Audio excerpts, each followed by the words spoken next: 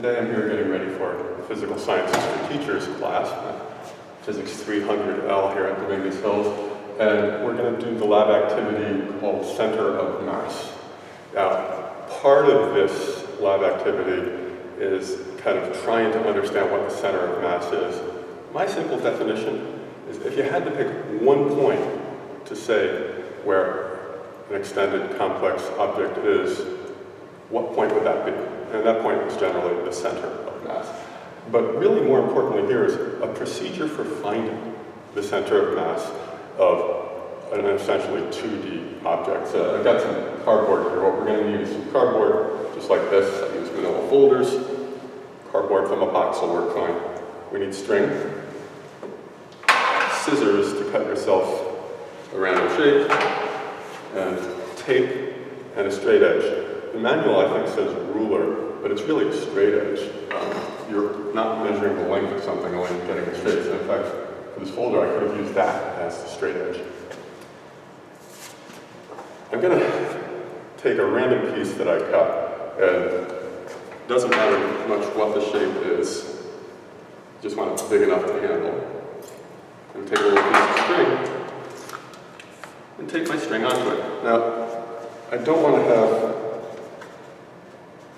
too much tape because I don't want to have the mass of that be relevant, but frankly this tape and this string is really light even compared to the cardboard. If I hang this object anywhere, suppose I hang it here. If I hung it and say the center of mass is over here somewhere, I don't know, then that means that most of the mass is over here. And I think it's obvious that it should fall. If the center of mass were on the right side there, it should fall to the left. So if I put this up against the wall, I'm going to need another piece of tape. Up against the wall like that. From what I know about equilibrium and the fact that this thing will move one way or the other because of the force of gravity, I can take my straight edge, and I can say that the center of mass must be somewhere directly below where that's attached. And I know which way is up and down because the string is going to orient itself straight up and down. So I take a pen, I got it in my pocket, I put this straight edge right along the string. And this is one of the things to be careful of in this activity. I'm going to do it in two colors, just so it shows up for you.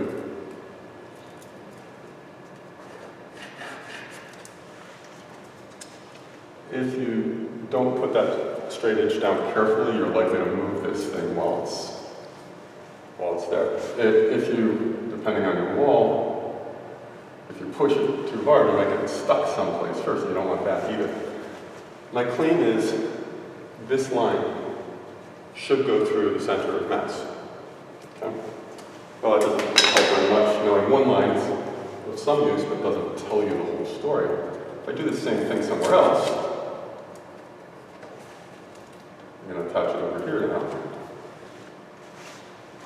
And I follow the same procedure. That line also ought to go through the center of mass. So I get the pen again, very carefully push that against the wall so it's straight. And I gotta line this up along the string. And frankly, since I'm trying to video and talk about this at the same time, I'm likely to not get it exactly right. This line also ought to go through the center of mass. Now those two lines are two lines on a plane. If they aren't parallel, they've got to intersect somewhere. So even if I did something wrong, I would expect they cross somewhere. If I did it right, they should be crossing in the center of mass. How can I check? I've got a couple ways to check. For one thing, I can do a third line and see if it crosses in the same place. Because if that's really the center of mass, it ought to be right below where the string is. So I'm going to do this again. It's always good to have this. Oops, check that. I moved it a little and pushed it down there. Settle down, hold it straight.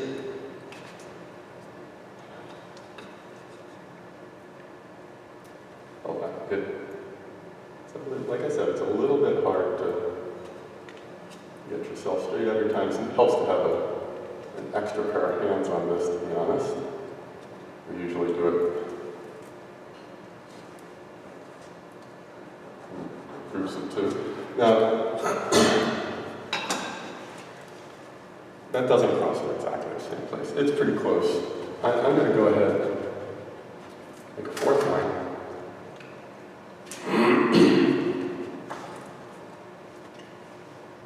See which of these places is really more likely to be correct. Frankly, if you're doing this for yourself and you're not trying to video it, it's just as easy to just start over.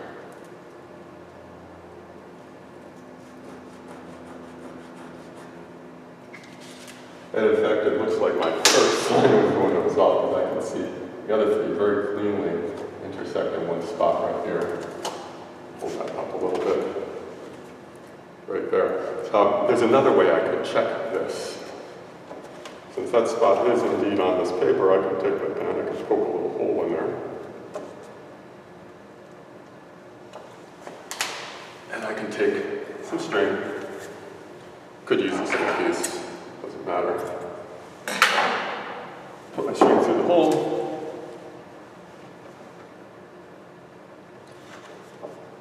And see if I can hang this and balance it. If I've really found the center of mass correctly, it should balance quite nicely. Oops.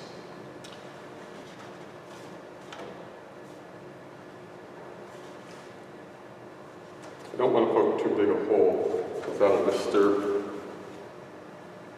where I'm trying to put it.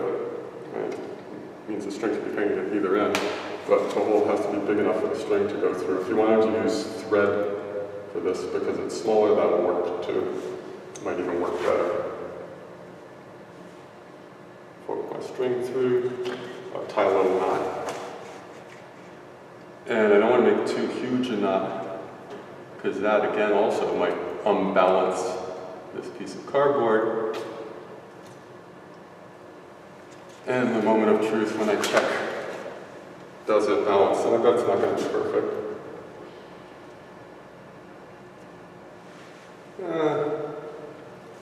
It's not perfect. It's okay. But I could cheat a little bit here. When it doesn't balance like that, that actually tells me something. It tells me, yes, I was a little off. If I was very far off, it would have gone very quickly. But it also tells me which direction I'm off. Because the center of mass must be toward the direction that hung down. So I believe that my real center of mass must have been just a little bit over this way. We'll talk in class about how you should report your findings. But again, one of the main points here is there is a procedure for finding the center of mass. And that procedure is relatively simple and depends on an equilibrium and your understanding of equilibrium and a little understanding of geometry. That is, these lines, if they each contain the center of mass, will cross at the center of mass. That's really all there is to it. The lab has a few parts that I'll explain while we're talking interactively. I'll leave you now and post this video before class. See you.